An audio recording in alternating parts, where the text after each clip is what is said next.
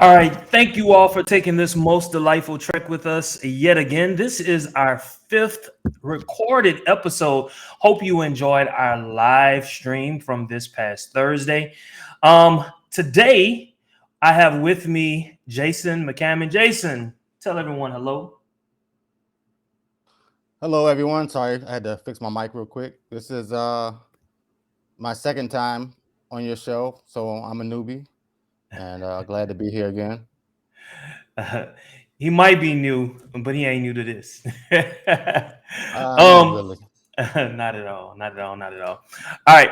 So, what I would love for you to do, Jason, is to kind of recap. Oh, I'm sorry. I didn't explain to everyone what we're doing today. Is we are going to be talking about Star Trek Into Darkness, and we're talking about Star Trek Into Darkness because although it was like for a very short period of time, that movie talked about Section 31.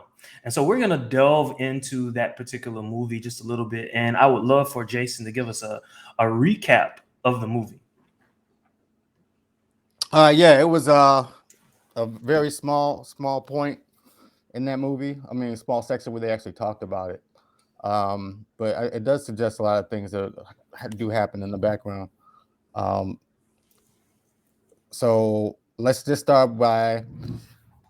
Oh yeah, first, okay, so Star Trek Into Darkness is the second film made by J.J. Abrams, second Star Trek film made by J.J. Abrams, um, in 2013, I believe. And off the top, I'll just say that these movies have been very good for the Star Trek franchise. Uh, I think they really led into Discovery being made, Picard being made, and putting Star Trek back on the map. Because he modernized it and showed what Star Trek can look like and feel like. I think one of the tags was like, "This is not your daddy's Star Trek," when he came out. So in general, uh, it's great that he made these films, and he's a great filmmaker. I watched a lot of his stuff. Actually, Star Wars, but Fringe and Lost, a couple of shows, and a couple of my favorite shows. So let's get right into it. Even though I say all that, but I'll let you know that I do have my issues with the actual film itself. So put that aside. I No, give no, it no. up. Tell Let us me what know. your issues are, Jason. I'll tell you. I mean, I got issues. I'll tell them as we go.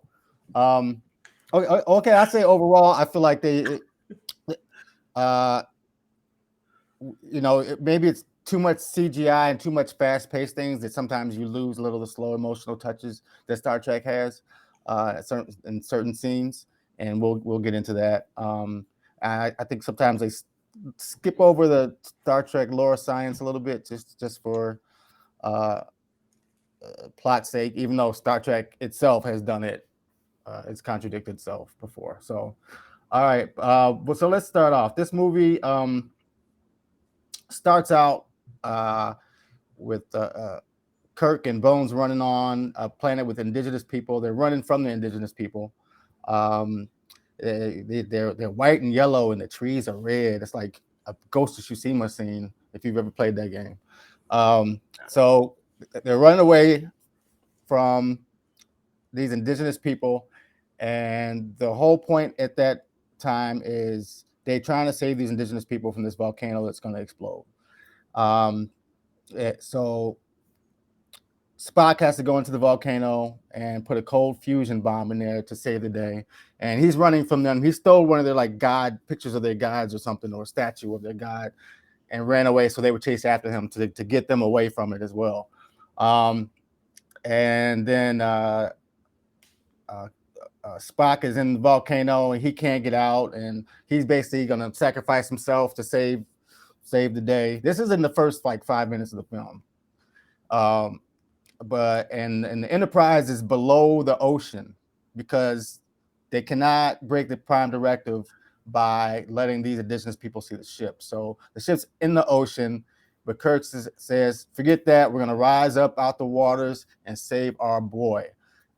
So he does that, and Spock's kind of like they raise out the water, and Spock's really weirded out by that because like you literally just broke the prime directive by doing this. So this sets off two things. First, it sets off Spock and Uhura start going at it because she can't believe he just did that to sacrifice himself, and he didn't care about her and what she thought about it. And it sets off a small tension between Kirk and Spock because Spock doesn't understand why he saved him, and Kirk's that's his job. That's how it's about feelings and friends, right? So one question I got is I don't understand why the starship is underwater in the first place. It's a starship. They gave no reason why the Enterprise was underwater, and I think that the entire point of the Enterprise being underwater is because somebody had an idea of seeing the ship rise out of the water. They just wanted that scene, so they put it in the movie. They did this twice in the film. They did it at the end too, in the clouds. It Okay. rose up out the clouds. So I don't know. Next time it's gonna be rising up out of trees in the next movie. I don't know. Somebody just love to see the smoke and the water coming off the ship as it slowly rises, and you're just like, "Oh my God, there it is." But anyway, I have no idea why you have a starship in the ocean. Um, so then we skip to court. Uh, Kirk getting court-martialed by Admiral Pike because so they broke the Prime Directive by rising up out of the water, but they also broke the Prime Directive by trying to save the people in the first place because they were only there for a survey of the area, and they took it upon Kirk took it upon himself to save those people. So it's two things that he did to break the Prime Directive, and he got court-martialed for it. And then he's pissed at Spock again because Spock wrote a completely truthful report and told Starfleet exactly what they did. Somehow Kirk thought Spock was going to lie about the whole thing because Kirk lied. He said, "Oh, nothing happened." He's like literally said, "Oh, nothing happened. We just drove the ship around. Everything's cool. We came back." So I don't understand how he's mad at Spock because the Spock wrote a truthful report. Like, wouldn't you expect Spock to do that? You think that's odd? No, that is totally in character with something that Spock would do. Right.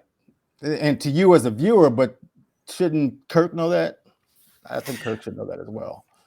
I think he should, but I think this is also pretty early on in their relationship. Yeah. Yeah. Um, oh, I want to touch on the Prime Directive because I'm wondering if you would agree with that idea in the Prime Directive that they should not save those people. They should not interfere. They call that interfering with the natural development. So do you think they should not interfere with that? No, I really think they shouldn't have interfered. Although I do understand why he did. Like it was just like we could do it. Like they will never know. You know what I'm saying?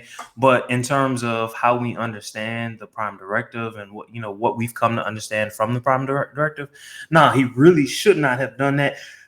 Even Spock shouldn't have even been trying to stop the To get volcano from erupting. You know what I'm Yeah, saying? agreed. I mean, I get that we get that that's the law of the Prime Directive, but do you personally feel that the Prime Directive should go that far as to not? Because there was another episode of TNG called Pen Pals where Data was talking to this little girl, and he he ended up getting Picard to break the Prime Directive to save her people. But at first he was like, "No, she's gonna die. She's gonna die." But he ended up getting Picard to save those people. So Picard broke it at that point. So I just feel like maybe the Prime Directive goes too far in some of those situations. So, if you're asking me if I would have broken the Prime Directive if I were in that situation, I probably would have broken the Prime Directive if I were in that situation. Mostly because I do value life, and if there were a way to do it safely, and it wouldn't have harmed the local people, the indigenous people, and it wouldn't have harmed us or our mission. I would have done it too. To be Right. honest with you. Yeah, I agree. I agree with that. Um. Oh, so yeah. So where were we? So the next, I guess that's sort of the B plot. The A plot starts coming in now. right? Where we got this guy who is uh, met by Khan, who he gets the guy to blow up this archive. And it was first it was just some building, nobody knew what it was. Then they realized it was just an archive. Um, and he does this because he can save the man's daughter. It's like, well, if you blow this place up, I guess, and yourself, and I can save your daughter's life. See, if I was me, I'd be like, save my daughter's life first, because how do I know you're gonna do that? But which gets all the senior staff together, senior starship captains and admirals together to a meeting room where they figure out, who it is. It was Harris, and what he destroyed and what he wants and everything. And that's when Kirk just suddenly figures out. At this point, Kirk is okay. So let's talk about this. Kirk was knocked down from captain and kicked back to school, right? They kicked him back down. They said, "Go back to school." Yeah. And then 2 minutes later, he was promoted to first officer by the same dude who told him, who took his wings away. You're going back to the academy. But did you notice the entire time all of this is happening, he still had his Captain Pips on? Did you notice that? Oh, when he was at the bar, I didn't even notice No, that. like when they were at the meeting when Khan was shooting in, he Yeah. still had his Captain Pips on. Like all of that happened. He lost his captaincy. He found out he was going to the academy. He then later found out that he was going to become a commander, and he still has his Captain Pips on. Like it's like I don't understand. Yeah. One of those things where they don't give Kirk time to learn lessons in the J.J. Abrams film. He never has enough time to actually reconcile with his mistakes or anything like that. And then while they're at the meeting, Cotton comes in and just blows the shit out of everybody. Pew pew pew pew. She just shoots everybody, kills Pike. Kirk throws a fire extinguisher or something. No, he throws a gun with a water hose, right? Is that what it is? Like a water hose, and throws the gun into the deflector and Yep. That's exactly what destroys the happened. ship. And if you look at Khan when the ship's going down, he doesn't care. He's just like looking at him like, I'll see you later. And then Khan teleports, and Scotty finds this device that says, "Oh, this is like a personal transporter," whatever he said, whatever he called it. Portable transwarp doohickey. Sends him straight to Kronos. Like, where is this technology coming from? But I guess maybe it was built by these Section 31 people in a Section 31 place. Because I was going to say the only other person that did that was Scotty in the movie before that, which was kind of ridiculous in itself, when he transported onto the Enterprise when it was like light years away. But yeah, so there's a first piece of technology. I think everybody can use that. He transported Kronos. Then Pike dies, and Kirk goes to Admiral Marcus and says, well, he's at Kronos. Starfleet can't go to him because he's right there. He's not even in the neutral zone. He's on Kronos, and Starfleet can't go there, otherwise it'll cause a war, but I could go. Which I think is kind of weird because he's going in a Starfleet ship. So I think it's weird he says, I can go, but Starfleet can't go. But whatever, that flies. So in that scene where he's doing that, there's a picture. Admiral Marcus has all these spaceships in a line, and he has, at the end of the line is his starship, which is the Vengeance. USS Vengeance. So I thought that was weird because this is a secret ship, right? It's being built in secret. So I was wondering, is that just hubris or sheer fucking hubris? It's like from or I don't know. Oh my God, you put that up quick. You put that. How did you put that up so quick? Uh, you I'm got good on it. I'm good on it. Don't worry about it. you got the spaceship Yes, I do. Hold on on. his desk. Hold on. I gotta find it here. But that was man, you was quick on that. But look, he's staring right at it, and that's it right there at the end. I wonder if they expected anybody to notice that, because I'm sitting there going through the ships. If if I hadn't seen the movie before, I wouldn't have noticed it. But another time Okay. watching the movie, because you go walk through the ships and say which ones do I know? Oh, that's the Phoenix. Oh, that's NX1. Oh, that's Really? No, I don't pay attention. I there's like a.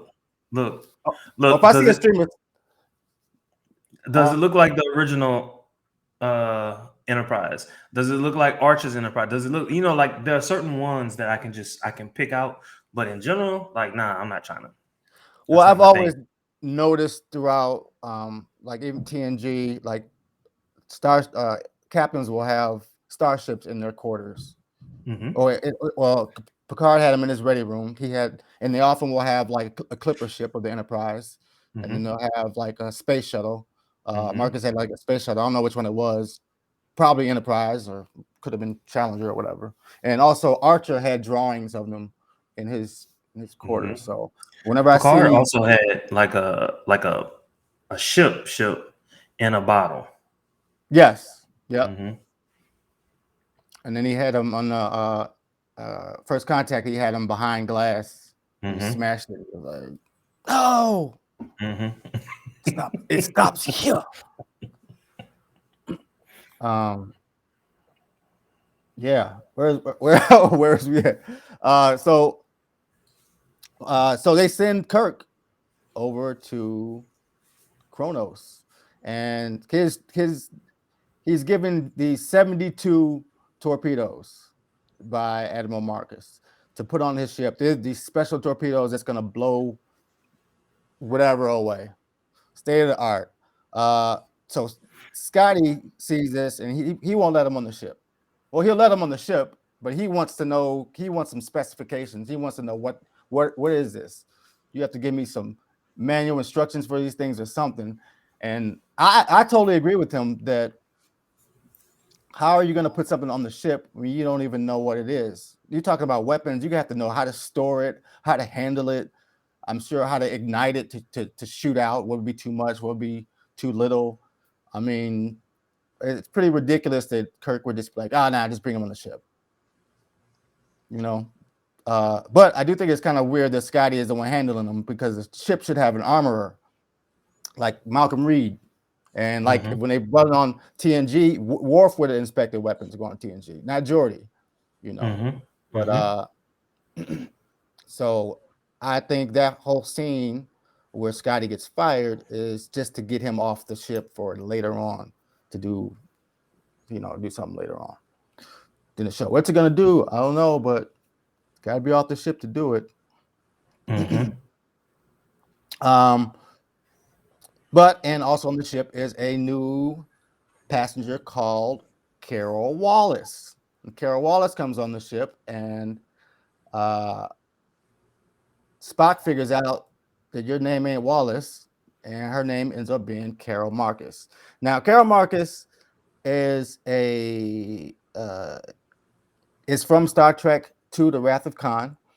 So first, yep, there she goes. That is her and James Kirk had a relationship back in the day. They actually had like a sort of meaningful relationship, but they were both too attracted to their jobs, uh, and they eventually, drifted apart. She got pregnant and had a boy, had Kirk's son.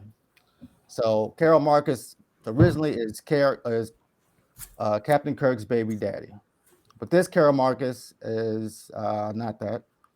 She is Admiral Marcus's uh, daughter, and I kind of feel like in a way they just put her in this in this film for like that one shot where she's like half naked. That's that's just like one of those things where it's like, why did you put that shot in there? Yeah, that's the one. And she's just like, turn around, silly. Turn around. And he's just like staring at her for another few seconds. I'm like, oh yeah, I guess I should turn around. It's like somebody just had a vision, like, yeah, I'm gonna put her in there like that. But I do think it's interesting that they use Carol Marcus, even if she wasn't the same Carol Marcus as the character's not the same. Because obviously we all know in the Kelvin timeline things are going to change. Mhm. One thing she brings up is that when he first meets her, he says, "Oh, she says, oh, uh, Christine Chapel says hi," and he's like, Christine Chapel, played by our legendary Mama Mama Roddenberry, Major Barrett. Major Barrett, Mama Roddenberry. Um, that's Nurse Chapel, Christine Chapel. But in here, they kind of just mention her as some fling that Kirk had back in the day that he doesn't remember. So I don't know why they did Chapel like that. Made him one of Kirk's floozies. I don't know what you think about that. Well, it Which doesn't. It's part? so small, it doesn't matter. I guess that they just kind of like made Nurse. They put her in there, but then they just made her one of these floozies that Kirk had. Well, I mean, if you really think about it, like they have like kind of xed out Nurse Chapel. Like Yeah, we saw her like maybe what was it like one movie, maybe two, and then that was it. Done. yeah. Never saw her again. Even though she was alive and she could have been there. Well, she started playing the role of Lawaxana Troy, Loaxana Troy. who I mean, yeah, like I don't know, like I kind of think Lawaxana was probably the best thing that happened to her, in my opinion, um, because definitely Lawaxana had a presence. You know what I'm saying? Oh yeah. So did her just being the voice of the ship. Hmm.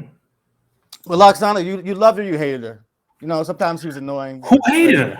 Who hated her? I mean, I'm that was sure some her people. role was to be annoying, but in an endearing way. I'm sure some people didn't like. I liked her and I got it, but I'm sure some people like Picard hated her, couldn't stand her. She talked too much, which is wasn't that wasn't his I, thing. I Say what you think got to say. I think he liked her. He just had to keep thinking that he hated her, so she didn't pick up him thinking about her in types of naked ways. So he put That's on the what you front. think. That's He what put you on the think. front. Yeah. You don't think she would have known that? Like she she's used to people doing that kind of stuff. She's got to be used to that. Yeah. I don't know. Um, where are we at? We got the torpedoes and oh, Right. we got the girl on there. We got Nurse Chapel. So Kirk gets to the planet, and instead of just firing like Admiral Marcus wants him to get, he wants him to just go there and just shoot all those missiles and go away, which is completely against Starfleet regulations. But before he leaves, he does tell him about Section 31. We forgot that. He tells him Section 31 is a secret organization developing weapons, like what, for the next war or something like that. And that's when our Admiral Marcus brings up Section 31. So you can infer that everything you see from Admiral Marcus from then on is from a Section 31 standpoint. Once you get that, once and then you understand his motives a little more. So they go down there and they take Uhura and Spock. Normally it used to be like Bones and Spock, but I get why they're doing it different. And actually, it makes a difference. It makes sense in this particular scenario because Uhuru is the communications expert and would be able to help speak the Klingon. Um, which one is one of the good things that I like about this Uhuru is that she can speak different languages. She's an actual linguist, just like Hoshi was on Star Trek Enterprise, because it makes perfect sense for her character. Whereas TOS didn't have that. They just Uhura she could speak English and that was it. I mean, they were on uh, they were looking up words in Klingon to say to Klingons in situations in the Star Trek movies, and very badly. And I'm surprised that scene even made it through. But I think that's a good adaptation to what the communication officer does. And they should stay on that legacy. Um, you agree? Well, in the original television show, some of the earlier episodes, she was a linguist. In fact, she was one of the best that Star Trek had ever produced. We didn't see her use her skills that much, Right. but she basically she relied upon the computer to help her, because remember by that point they had already created the whatever it was that Hoshi had created, the Universal universal translator. translator. So, she didn't really have to do it, but if she really had to, she was able to use her skills as a linguist to kind of figure things out. But you're right. I do remember on Undiscovered Country, she was at the last minute like trying to speak Klingon, and she did a horrible job at it. But it was funny. Like it provided Right. a funny moment. It was funny, but it's a little ridiculous at the same time, but funny. I liked it. I'm not sure if I'm liking Spock and Uhura's relationship, not just because it's them two, but I just feel like they're doing it as a gimmick because they like we want to see them arguing about, well, I don't, you just don't get my feelings, stuff like that. That's how she talks to him all the time. Like, first of all, you're a linguist, and if you're a linguist, you have to know something about culture, and of course, you know something about Klingon. So why don't you understand that Spock is just not the emotional guy you want him to be? Like, for her to get upset about that is I think that's just like scripty banter for us to be like, ha ha, look at them arguing, a human and a Vulcan, ha ha ha. You know what I mean? I don't like the way Mhm. sort of just thrown together like that. Anyway, uh, actually, the Klingons are about to kill her. I guess they didn't like their relationship either. Klingons about to stab her, and Mhm. Khan comes in and saves the day. Now, I'm all in for the idea of Khan coming and save the day, but I just thought the whole fight was just like it was just a mischance of decent action. It was just like bad shots. That shot right there, he literally stood there the entire scene, and 30 Klingons could not shoot him. I'm trying to wrap my brain around the fact that nobody could shoot him, and he wasn't even really moving. He was kind of standing in one spot. I feel like that's like a completely wasted opportunity for like a good action scene. You know what I'm saying? Well, he did move. Like I'll I'll admit that he did stand in the same spot a little bit longer than you would think, and like nothing was like really obstructing him. So Right. that was kind of odd. However, I just kind of said, well, he's an augment, and he's been augmented to the fullest in every possible way, and so he just he I don't know. He played the odds. He used geometry, physics, I don't know, whatever. And he knew, where to position himself. He calculated where people would be. And so he moved accordingly. But there were several times when he moved from his position um A to couple to times he go. did move, but we're talking about things that move extremely fast, and 30. We're talking about 30 Klingons shooting at you at one time.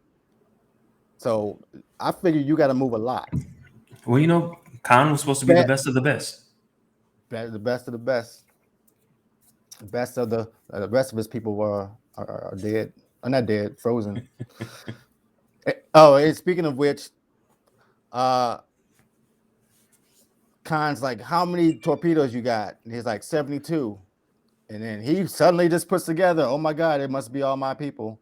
But I guess he put his people into torpedoes to try to smuggle them somewhere Hmm. because he was tired of dealing with Marcus's shit, where Hmm. he felt like his people were under threat of being killed by Marcus whenever Marcus felt like it. Admiral Marcus felt like it. Hmm. So he gets captured. He tells Kirk who he is. And this is a trip. You like if you see that when he tells Kirk that he's Khan, he says that like Kirk's supposed to know who the hell he's talking about. He's like, I'm Khan. And Kirk's like, okay. But so like really he's saying that to us as the viewers to be like, oh my God, that's Khan. And I think a lot of us figured that out already. If you know who Khan is, you probably figured that out. So that was like kind of a horrible reveal, I think. And then Admiral Marcus comes back along, and meanwhile, Scotty is Captain Kirk calls Scotty on a communicator from Kronos to Earth on a communicator. When has this technology ever been invented? There's been no. That's pretty far. I don't think communicators work that far. I was like, that's crazy. It's like those little things that like they would do in the J.J. Abrams movies, but they wouldn't do in another Star Trek because that didn't make any sense. You know what I'm saying? He could have patched into some console or something. Or got Uhura to like get him connected to him. But anyway, I thought that was kind of silly. Um,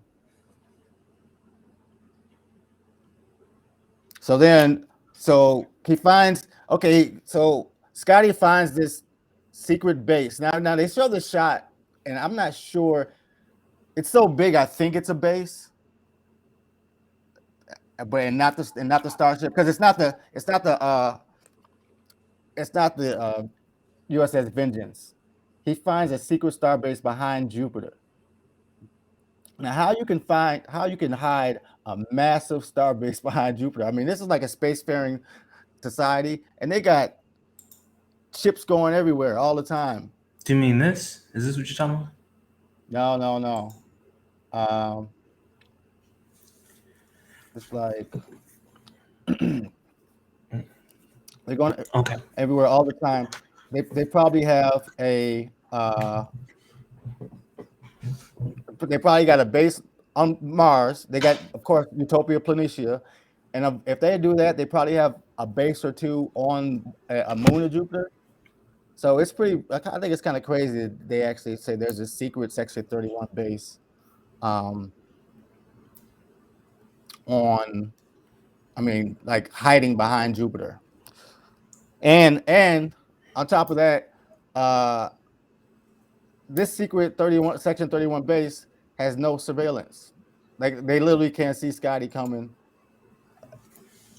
to their base. You remember the scene I'm talking about? No. They literally. Let me see if I can find the. Oh, what happened?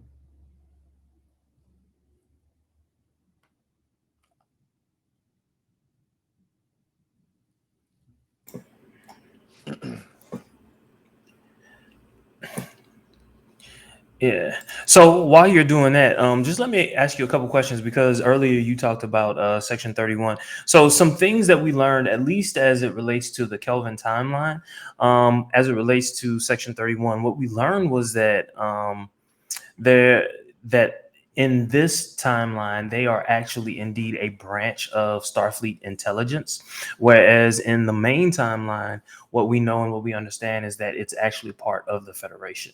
Now, being part of the Federation could also mean that they're part of Starfleet, but specifically what we're learning is that in the Kelvin timeline they are part of Starfleet intelligence, and that in and of itself communicates a lot of different information. So what it's telling you is that it's almost an arm of the militaristic branch of their government, and Mm-hmm. it's not about diplomacy or even 100% intelligence gathering.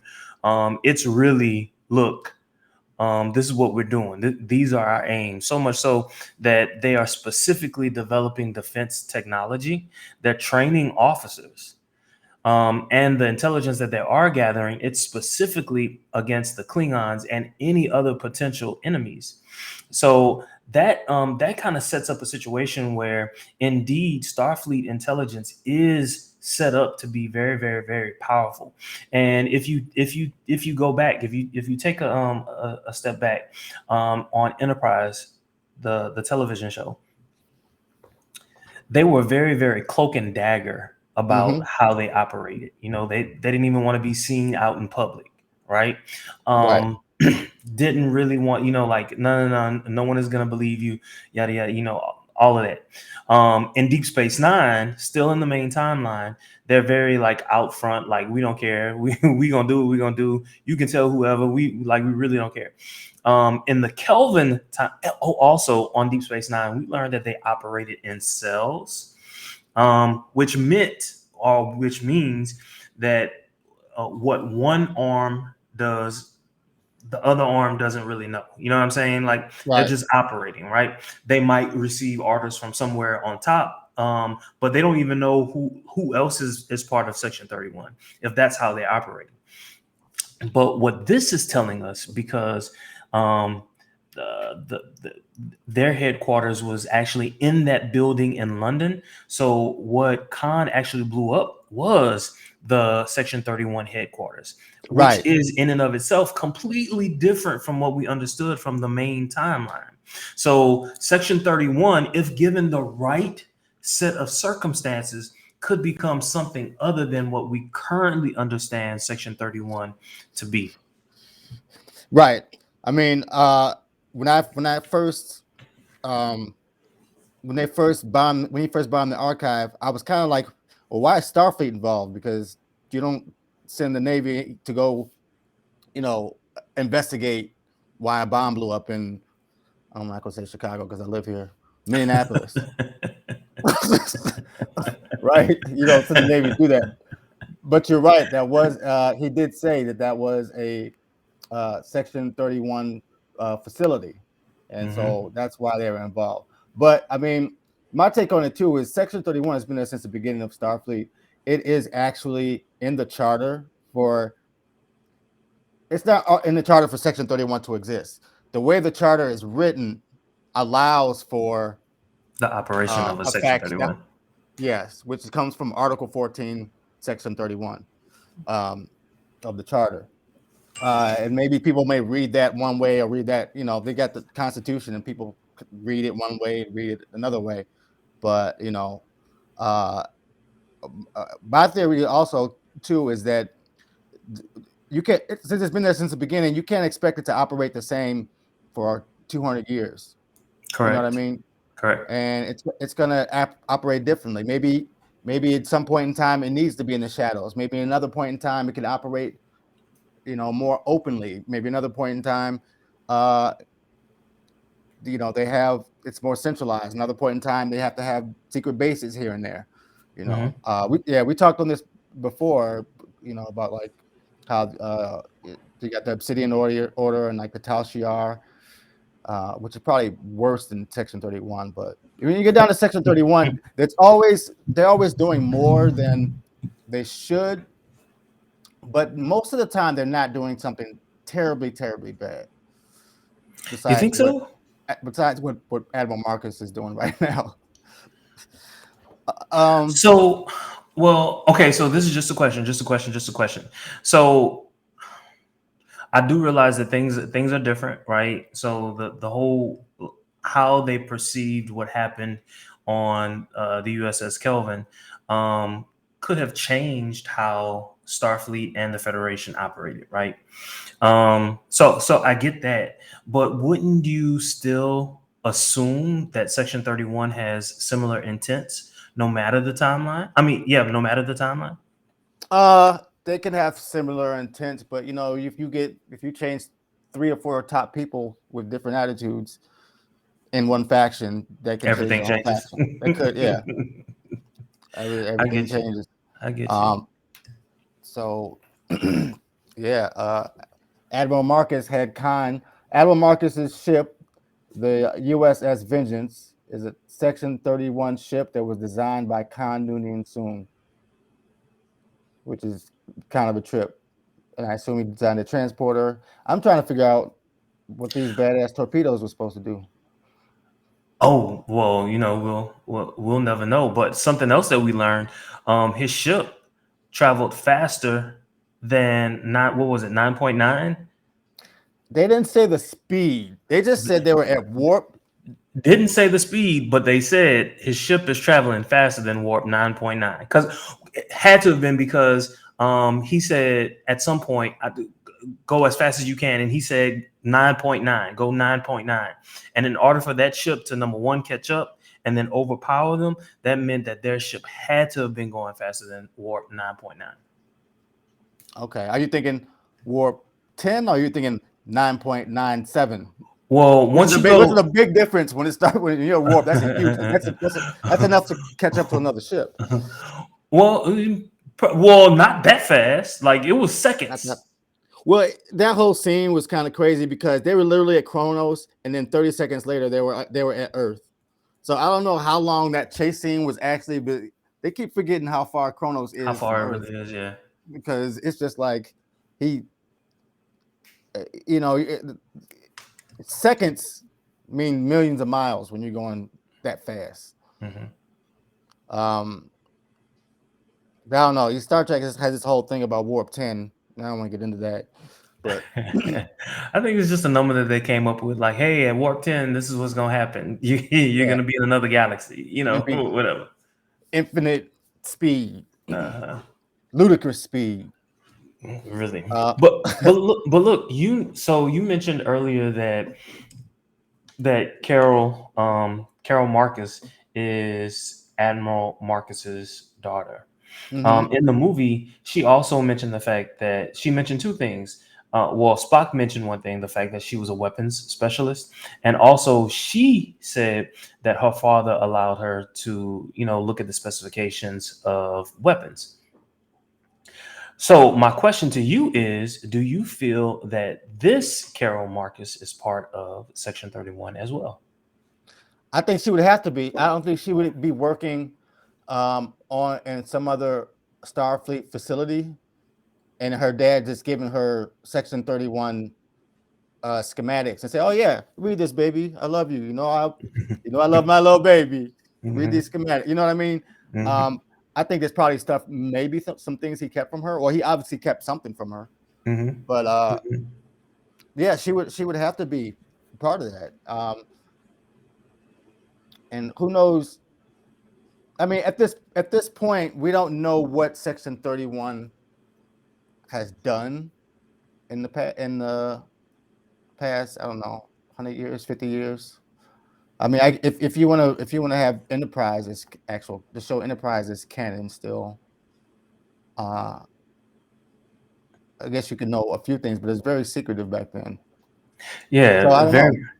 very much so. And yeah, and so they, as a franchise, they haven't had a whole lot of time to kind of explore that, mostly because Enterprise really was the only show that they could have talked about Section 31, because of where it lands in the timeline, Right. until Discovery.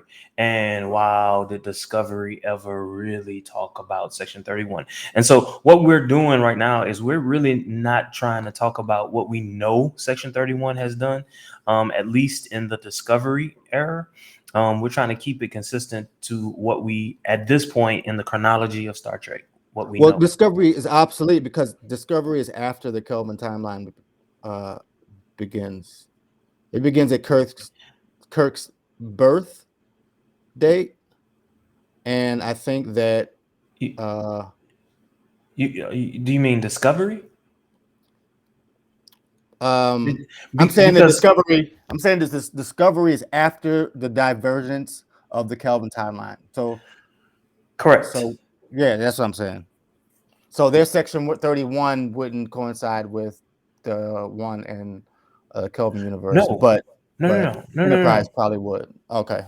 No, no, no. All I'm saying is that, because we know that Section 31 was around during Enterprise, we know that they have to have been around during Discovery, Oh and yeah, we yes, and yes. that is exactly what we saw. Right, right. Okay, I Hmm. got you.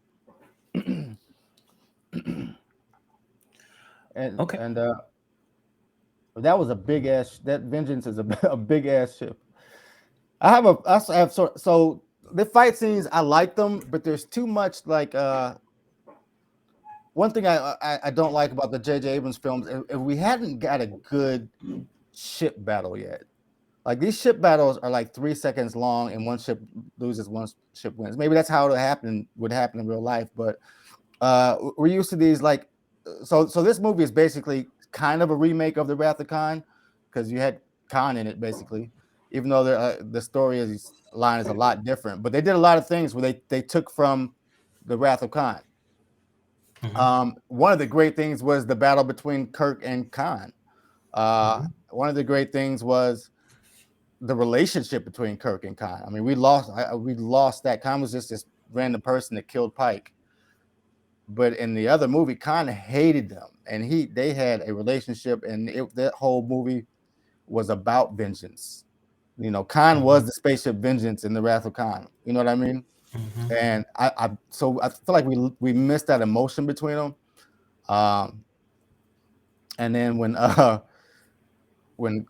Khan screams Khan, trying to coincide with Kirk screaming Khan, I think there's no comparison. Kirk's Khan scream is like ridiculously better. I think Zachary he must have had to practice that like 72 times saying Khan in his basement because you got to hit that right, bro. Because you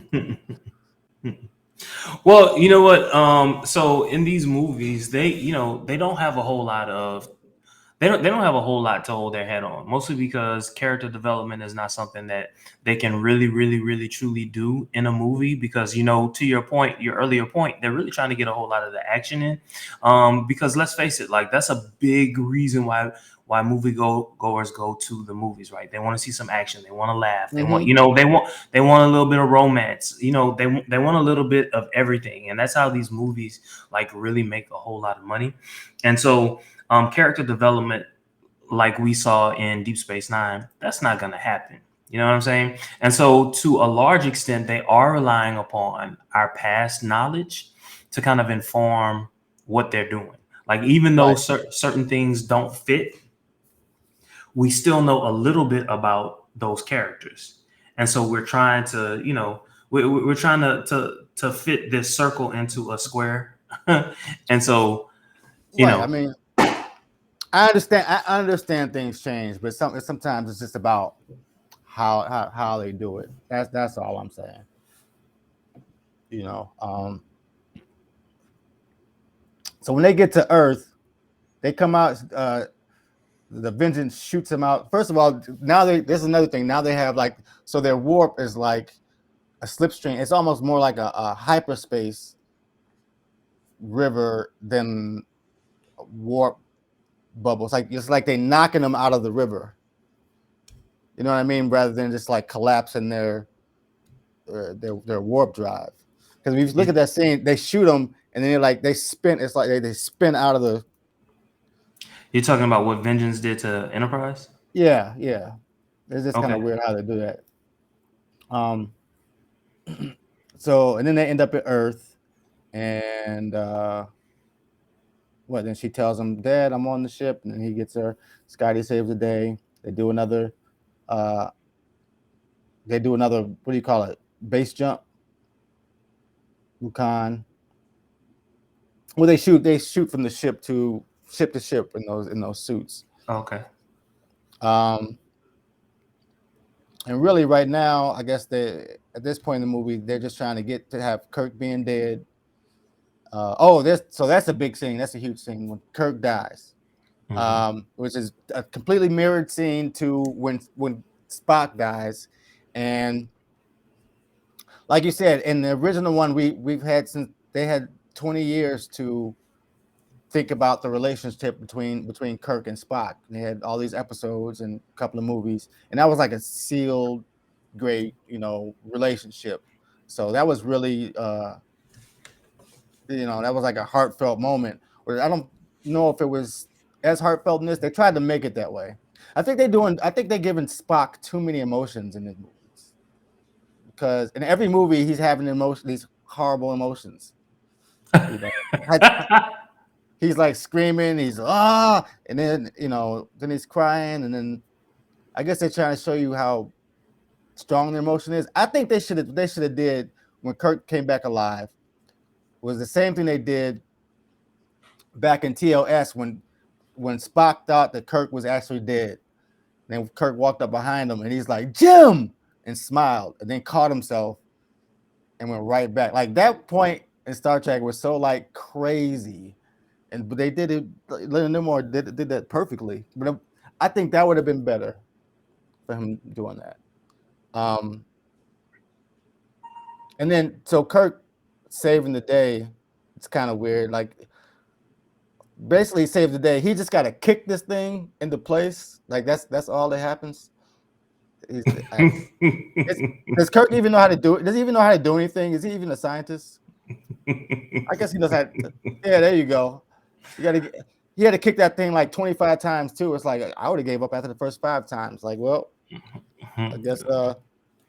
Well, I mean, he's he is the captain, and he's gonna go down with his ship, and he's gonna do whatever he can. I mean, the moment he went in there, he knew that he was gonna die, so he might as well give it his all. You know what I'm saying? But if you're really the captain of the ship, you don't go in there because you know there's somebody. You send the best person that's going to take care of that problem. But they got to have him be cowboy. Well, well, okay, so like I hear what you're saying. So this is the thing. So like I'm not okay, I can be critical, but there are some things that I just like, look, I'm not gonna be critical about these things because it's just number one, it's just a movie. Number two, it's a different timeline, and so things are gonna be different. For instance, Spock's home planet just it no longer exists, right? So Yeah, like the people that he knows and loves, they're all gone, right? I'm not So sure how I feel about that. so you've got to assume that this dude is highly emotional, and on a certain level, if his culture no longer exists, does it make sense logically for him to hold on to all the things that he's been holding on to? To him, yes. But Meaning, no, but I get you. Yeah, I mean, it's like he lost his whole planet. Now he lost his friend. Who else does he have close to him actually in life? right. I mean, we don't really know. We don't know. It's conceivable that his dad was on another world or on a spaceship. It's conceivable that all those things happen, but we don't know that to be fact yet. Right. You know what I'm saying? Right. What's up with his dad actually? Would they show him in the first movie? Don't make me lie. I don't remember that. I don't remember that. I don't remember that. I don't remember Oh, that at all. no, his dad wasn't the first movie. Okay, yeah, no, because then he said, I lied. I married your mother because I loved her. So his dad is still alive. They saved him. They didn't save her. Oh, you mean Amanda? Yeah, they didn't save her. They saved his dad. My thing Okay. about Klingons now is that they always seem angry. Like if you watch Enterprise, all them Klingons are just assholes. No, I'm sorry, not Klingons. I meant Vulcans. Sorry, I like these Klingons Oh, though. I like that look. you Yeah, I like think this that, look? So okay, so how different is this look than season one Discovery Klingons? it's a big difference. It's a big Um, difference. I think it's pretty big. I mean, see, So they don't have hair, just like in Discovery, no hair. Look at their true. noses. The noses are like I don't know what, like, I don't know, like in in Next Generation and in Deep Space Nine, all of that, like they had a certain look, but they all had hair. They all Right. had hair. But what Well, we're seeing now is no hair. well, Discovery fans got really upset about that, and so much to the fact that the writers changed it. So the Klingons in Discovery do have hair now. If you watch the last few episodes of Discovery with Klingons on them, a lot of them have hair, and they said they shave them for battle. They came up with that idea. I think I think that people put too much into this changing of the Kling. It's just the simple fact that you can't have Klingons, you can't have things looking exact same for 40 years. Like nobody complained about the first Klingons in the TOS Changing to look like. to change and look what we know now from TNG and from the Mhm. films. I mean, I'm okay with the Discovery Klingons. I think they're cool because I like the diversity of them. They're like Mhm. different colors. The Mm-hmm. suits are different. Like the art that they did on these are great. And it doesn't bother me at all. Nah, Uh, actually, it does, like I'm talking, but in reality, like I don't like. Once I know, okay, this is who you are, this is what you are, I can roll. You're not going to get me. I'm not one of those people who are like originalists. This is how it was in the beginning. Fuck the beginning. right, Everything changes. Everything changes for a reason, right? right. And just get on board. I mean, and plus, just really just about cosmetic stuff. I mean, Mhm. I was fine, in Enterprise, which I always say did so many great things about setting up Star Trek lore, like stuff that was already in place, and them explaining why that was in place. But On Enterprise. I didn't on the show Enterprise. I didn't need them to explain why the Klingons had changed and had bridges. I mean, it was a decent episode, but I didn't need that. I was like, okay, well, new art direction. I was fine when Worf just said, "We don't discuss it with outsiders." I thought that was funny, and they should have left it at that. Well, I'll be honest with you. Like I expected them to explain at some point on TNG. They never did, and when they didn't, I was like, okay, I'm over it. When they took the time to explain it on Enterprise, I was thankful for it, but I never like like all these people like upset about it like it didn't like nah, I wasn't like I'm I don't care. I Right. don't care. Like I just I think about the plot. This is the plot. What is its relevance, right? To me today in society. Let me think about that for a second. Gotcha. All these other plot points, Well, kind of it's irrelevant. well, it's kind of like how people or watch Discovery and they're like, well, Discovery looks more modernized than the Enterprise did, and it's like because the Enterprise was created in the 1960s. It's like you don't understand that we've updated our modern technology. I mean, Enterprise doesn't have computer screens. If you ever looked on the original Enterprise show, there's no computer screens. There's view screens where you can talk to people. Hmm. There's no computer screens, and you look at their consoles. They're just buttons and knobs. There's, Hmm. I have no idea what these guys are doing. There's no readouts. There's nothing telling them what they're doing. It's like they're all reading the blinking lights and Morse code and blinking lights. And so the whole idea is just completely ridiculous. You have to upgrade the technology. Now you Hmm. got Bryce on the well, I just or JJ Abrams where you actually have screens and stuff is happening, and that makes sense to me. I don't care that they updated the Enterprise to our modern day. Yeah, You no, know, not at all. Not one bit. not at all. I care when they change the in the movie we're talking about. In the Darkness, there's a fight scene between Khan and Spock, Hmm. and for some reason they can't lock onto them because they're moving too Hmm. much. So Chekhov says this. Chekhov is the same exact person in the film right before that ran when the dudes were falling from the sky, and he ran through. Like, I can do this. I can do this. I can do this. And he runs down there, and I can do this. He's calculating shit. They're moving all around. He's like, got you. Beams them up. They when they beam in, they still have velocity when they beam. And they beam in like whack. But all of a sudden they're fighting on some transport ship, and oh, they moving, man. I can't do nothing. I'm just gonna play this Gallagher though. Play this Gallagher real quick. And the first even on Enterprise, the first was it the first transport they did for Archer when they had to get him out of somewhere and they transport him. Nobody trusted this stuff for Hmm. themselves.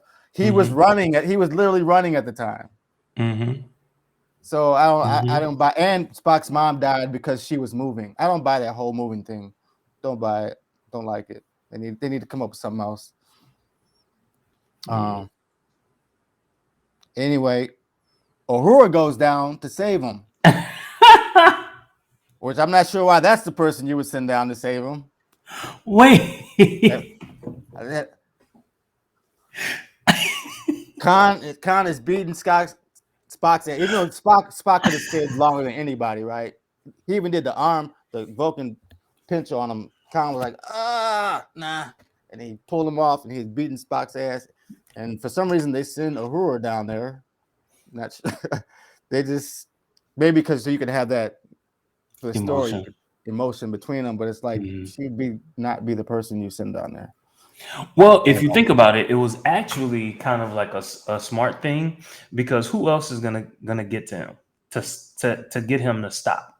You know what I'm but saying? all she had to say was we need him to save Kirk, which is exactly what she had to say. But that's my point. Like if anybody else had said it, would he have like taken the time to actually listen? It had I to be guess so. her. You know what I'm saying? Right. Because it to him, he's in charge. That's number one. That's number one. He's in charge. He's the captain Right. now, right? And he's emotional, and so no one else had the authority to get to him in that way, in She my but opinion. then she should have went down there like this. If you don't get your hands off of the would tighten her lips up. Come on, you don't get your hands off. We did one of these. Well, you know how they do. Um, oh, so we're on Spock's death. So it's two things I want to know: which was shorter, which was longer, Kirk's demotion or Kirk's death. Two times he got shit taken away from him, and like 3 minutes later, this is give him up. Here you go. It's like court martial. Nah, I'm just playing. Death. Nah, I'm just playing. Like we don't even have time to like even get emotional about it. Star Trek Wrath of Khan. Star Trek Wrath of Khan. Spock was dead at the end of that movie. They uh, had a whole funeral and everything. uh, Um, and you had to leave that theater and wait like 3 or 4 years before you found out how that turned out. And so if you were smart, some people want to be like, oh, but they did shoot him down to Genesis. You know, Genesis creates life, right? But we didn't have like social media and all that to like talk back and forth and figure that out. But like, so the emotional impact of that was crazy. Well, I just felt like it was another one of those things where I know I love J.J. Abrams films, but one of those things where they dropped short on the emotional impact it had. I guess they're trying to, you know what it is? They're trying to give Star Wars just to be like, I mean, Star Trek to just be like Star Wars again. Like, just make it cool. Have a bunch of shit happen, have stuff flying around, shoot people, and people walk out happy. I mean, and that's what essentially that is exactly what happened. And even if you think about what then occurred as a result of those movies, you had Discovery. And how exactly is Discovery being shot? Discovery is being shot as if it is a standalone mini movie, right? Yep. Just in the way that that everything is shot, right? Even the music, the lighting, all of that is reminiscent of a movie. The The special effects, production value is off the chain. right? And so what I think they were trying to do, just what I think they were trying to do is they were basically trying to say, hey, look, maybe, perhaps, hypothesis, what Star Trek has been missing all along is the idea of a movie. Because Star Wars, right, it didn't have all these, everything that you just said, right? It had information, information, information. Ooh, they're fighting. Ooh, this is what's happening. Ooh, this is what's happening. Star Trek, however, was so great about we're going to tell this story, right? Yeah, And Star come Trek was great. along for this story, right? And along the way, we're going to have this and we're going to have that, right? And so, what I think they were trying to do was they were trying to merge those two things together in a nice way. And I think, I mean, look, they're in the middle of season 4 right now, and we already found out that season 5 has been greenlit. You Mm-hmm. know what I'm saying? We Um, might hit seven, like the big ones. I mean, you know, they might as well. Might as well, as long as the cast wants to, you know, stay along. Like at this point, like even if Burnham died, we like okay, she died. Give us Saru. You know what I'm Yeah, saying? Like I okay, think Saru is fantastic. so I don't know. I don't have that emotional appeal I, I towards him. I I feel like he is like always on point with his with his stature and like the way he thinks about things, the way he handles things. I Um, think he's reminiscent of Picard. I like I get that. I get that. But I don't have a connection to him. I think to me, I think he was there to be the opposite of Burnham at all costs. And to an mhm. extent, that is what your first officer is there to be. Like every first officer has been almost the exact opposite of their captain, right? Right. If you think about it. And so like I get it. Um, and because we loved Picard so much, he was kind of like a reminder of that, in my Yeah, because opinion. he's sensible. I mean, Right. that when you look at uh the current Kirk on the J.J. Abrams films, he's Captain Kirk, but like times 10. You know, he's because he's still got that cowboy uh feel to him, which was, Captain Kirk was supposed to be like the cowboy type uh captain, where Picard was a more sensible one. So I feel like the Kelvin Kirk is to what the TOS Kirk is he's to him what the TOS Kirk was to Picard, basically, because he makes a lot of like rash decisions. And what I and like I said before, what I want to see is Kirk on the Enterprise commanding a space battle that takes him that takes cunning and thinking, and then the Enterprise win. The Enterprise has been a horrible character for all three of these films. Mm. It, it's been, I mean, and what's the next one? Beyond. It just gets destroyed in the first what 15 minutes, 20 minutes of the film. Just ripped to shreds. Like it's been outmatched in every single film. You know,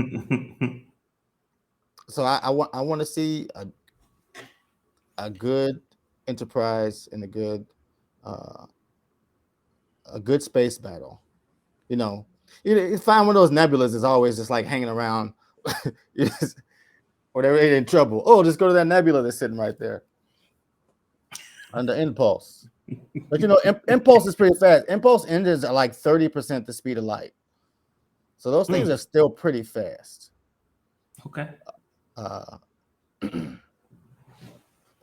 Okay. so how do we end this movie? Kirk comes alive and everybody's happy.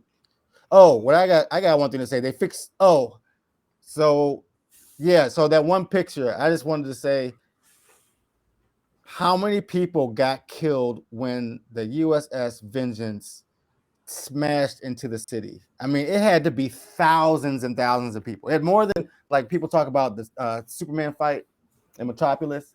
I mean, those buildings right there are like, I don't know what, 70, 80, 90 stories high. Mm. And it just, you have to realize this thing just dropped out of space. So it's going to smash through like a Some couple impact. miles Yeah. of complete city.